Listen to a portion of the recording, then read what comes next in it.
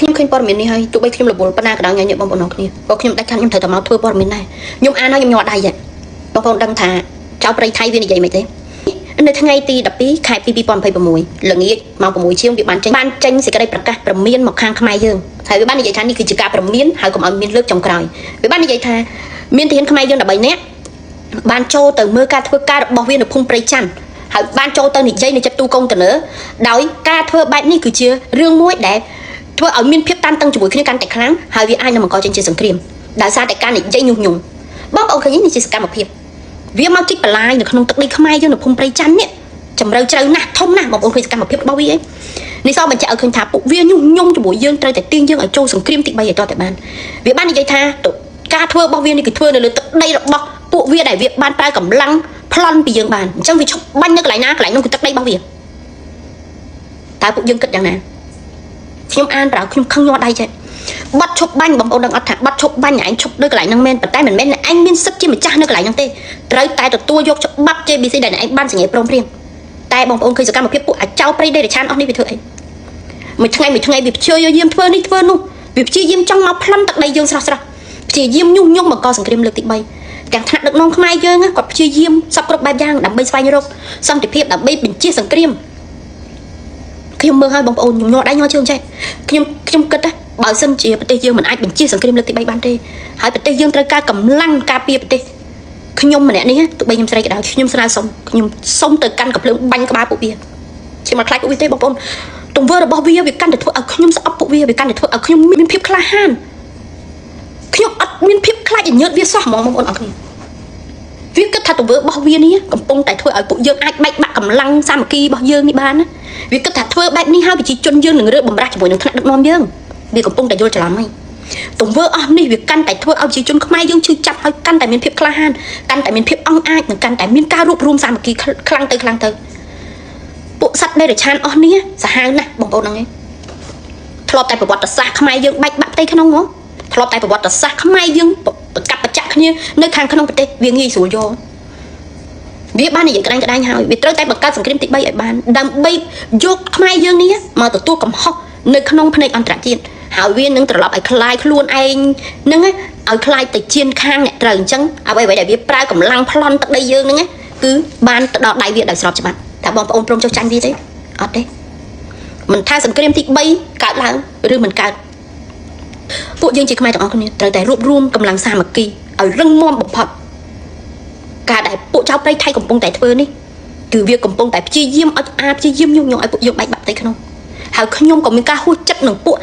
កញ្ចេះសៀមមួយចំនួនដែលវាព្យាយាមបង្កើតព័ត៌មានបំផុសបំផុលឲ្យខ្មែរយើងមានការយល់ច្រឡំជាមួយនឹងថ្នាក់ដឹកនាំអត់ឈប់ឈរនេះហើយជាសារជាតិសល់ពីចំនួនមុនដែលជាពួកលក់ក្បាលឲ្យអាសត្វដេរឆានអស់ហ្នឹងបងប្អូនចាំអត់ដែលថាមានគេហៅគេលោកម្ចាស់ហ្នឹងមិនដោយសារពួ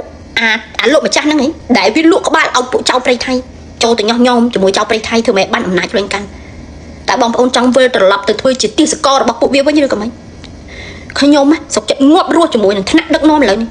មិនថាសង្គ្រាមឬមិនសង្គ្រាមទេរួបរวมគ្នាជាកម្លាំងសាមគ្គីតែមួយយើងហ៊ានបែកបាក់យើងចាញ់សត្រូវពេញធឹងហ្មងខ្មែរយើងកុំឲ្យដានចាស់យកមកបន្សល់ដល់ឥឡូវសូមកុំដានរួមគ្នាដើរត្រឡប់ទៅរកប្រវត្តិសាស្ត្រដល់ជឿចាប់អស់នោះទៀតងាប់រស់រួមគ្នាស៊ូទៅមុខជាមួយគ្នាពួកអាក្បត់ជាតិមួយចំនួននោះខ្ញុំនិយាយមែនខ្ញុំអត់ចង់ប្រើពាក្យសម្ដីជេរបចោយ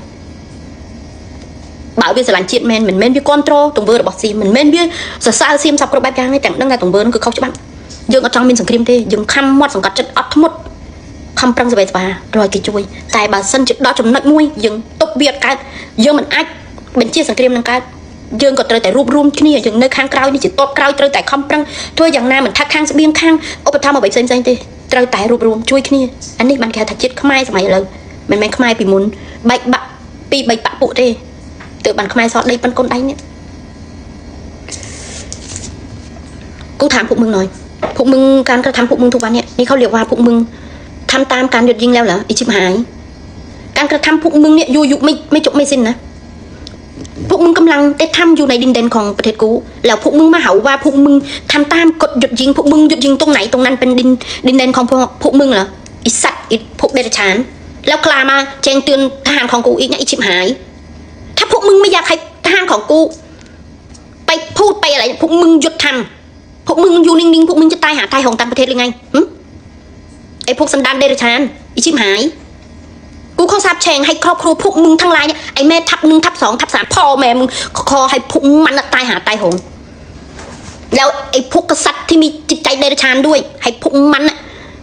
ตายหาตายหงตายไม่ดูดีแน่พวกมึงอยากคิดว่าพวกมึงทำแบบนี้แล้วพวกมึงขโมยดินแดนของกูไปได้กูยอมตายเอากูไม่ให้พวกมึงหรอกพวกมึงเข้าใจผิดแล้วประชาชนกูรวบรวมเป็นสามัคคีกันสู้ตายกับพวกสันดานโจรเดรัจฉานพวกมึงไม่ให้พวกมึงมาขโมยดินแดนไปไงๆเราอิชิบหายถ้าพวกมึงรักสันติภาพจริงพวกมึงทำตามกฎหยุดยิงจริงพวกมึงไม่ใช่ว่าวันๆพวกมึงมาทำนี่ทำนู่นทุกอย่างอยู่ในดินแดนที่กำลังจะมีปัญหากันนี่หรอกพวกมึงนี่มันโคตรเฮี้ยเลย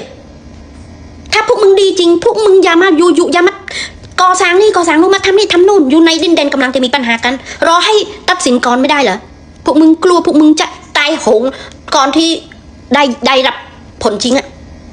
กรมทาร้อยพงเมียนังไทยเพียงขังตะบงกำปงไตเลงประเทศเจ้าประเทศไทยสมใบตะกรูช่วยได้นี่ก่อนมันเล่นประเทศเจ้าประเทศไทยทบได้บางปนออกนี่ปีทั้งไงบางปนดอง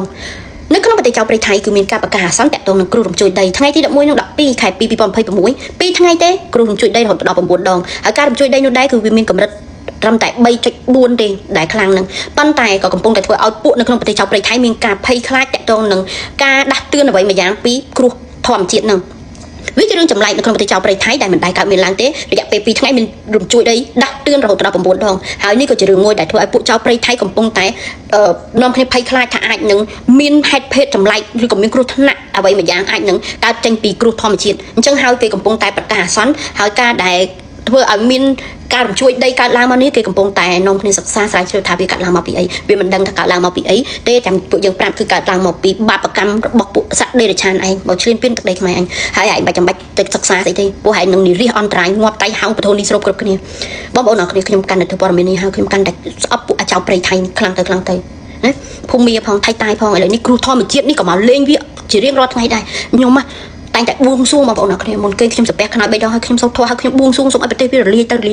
เข้มตั้งท่าการทั่วนี่คือมีบาดจำชิดกระเราเข้มซองแต่เจ็ดนี่เข้มส้มเอาบอมน้องปัฒนาบอกเข้มบ้านสำหรับมาดองมาเอาวิรลีหันเท้าจะเอาเตยเข้มกระไรหายเข้มสอบนะให้เข้มสังคมท่าบ่ามันเอาวิบัติโทนี่โซ่เต้สมไอสู้น่ะมิไวของติดประเทศเวียได้มีจอบตรงดันจมูกหนึ่งตักสมอนนั่งเอาวิตัวโรงกรบลำบันดังเอาวิงวดไตเฮา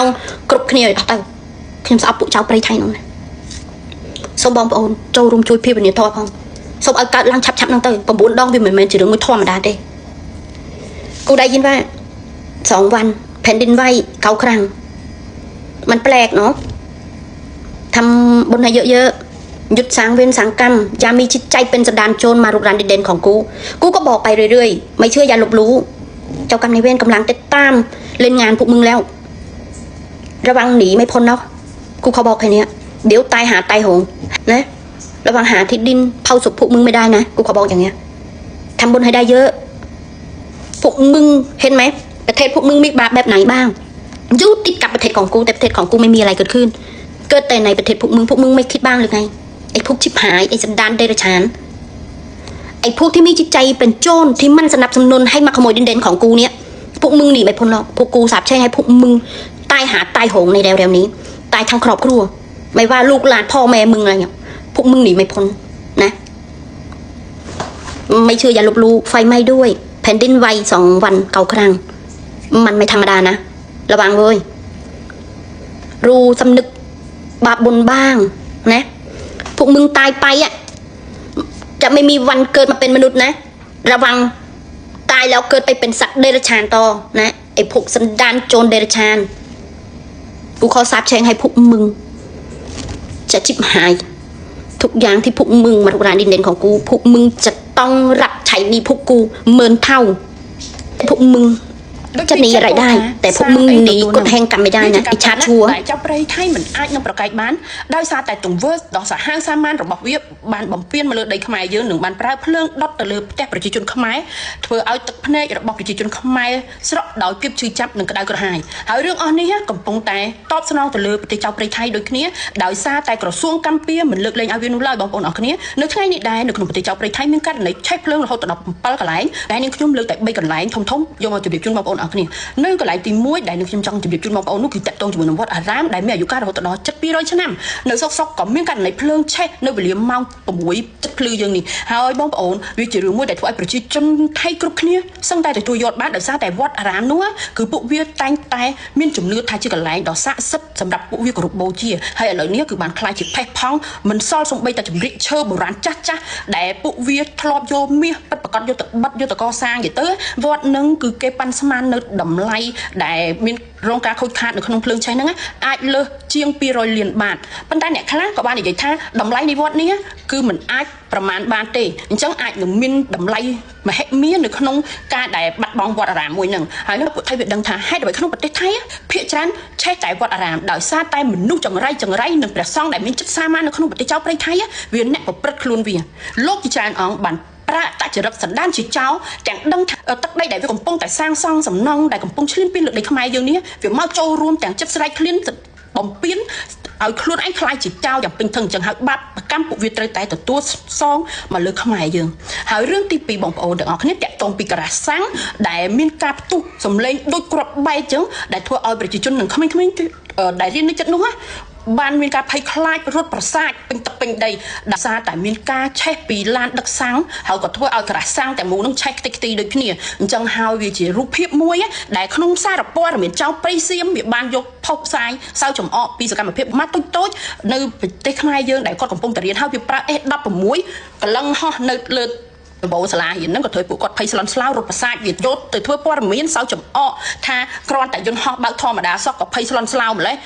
ហេតុអ្វីខ្លាច S16 ដល់កម្រិតហ្នឹងរូបភាពហ្នឹងទោះបីជាប្រទេសយើងមិនមាន S16 ក្នុងការយកទៅបញ្ឈឺវាវិញក៏ដោយប៉ុន្តែម្ចាស់កម្ពុជាកំពុងតែធ្វើឲ្យវាយល់នៅសភាពការថានៅពេលដែលឮសម្លេងគ្រាប់បែកនៅចិត្តខ្លួននៅពេលដែលមានអ្វីជាហានិភ័យកើតឡើងនៅក្បែរខ្លួនតើភាពតក់ស្លុត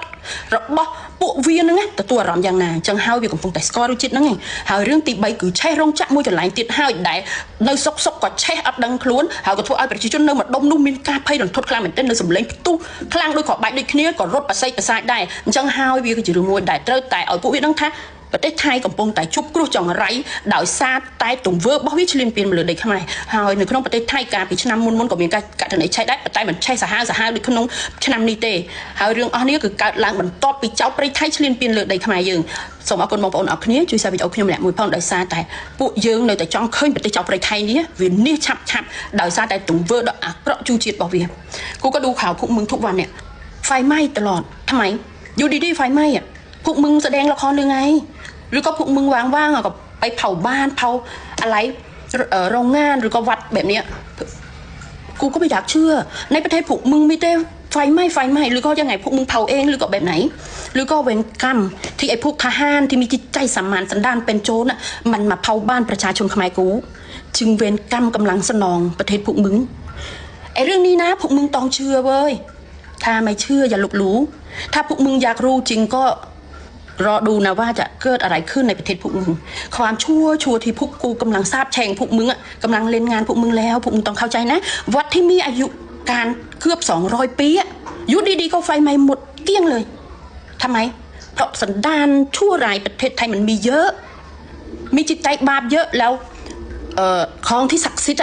เขาไม่อยากอยู่ในดินแดนพวกมึงเข้าใจนะอย่าสร้างเวรกรรมกับประเทศของกูถ้าพวกมึงไม่อยากเจอความชั่วร้ายอีกต่อไปเลิกรุกรานดินแดนของกูความชั่วร้ายจะออกจากประเทศพวกมึงเองถ้าไม่งั้นนะ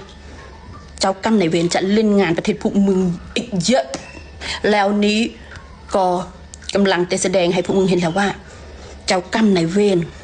จะมีความร้ายแรงแบบไหนบ้างเนาะ